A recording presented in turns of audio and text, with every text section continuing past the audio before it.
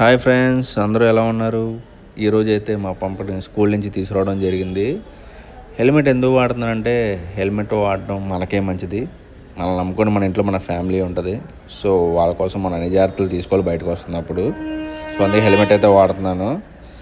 ఈరోజైతే మా పాప ఇంటికి వెళ్ళేటప్పుడు ఏదో ఒకటి కొనమని ఖచ్చితంగా అడుగుతుంది. సో మజా కావాలంటాను తనకి. మజా అయితే నేను ఎప్పుడు 10 రూపీస్దే తీసుకుంటాను. చూద్దాం ఇప్పుడు తీసుకుంటా ఏమంటుందో ఆ 10 రూపీస్ది.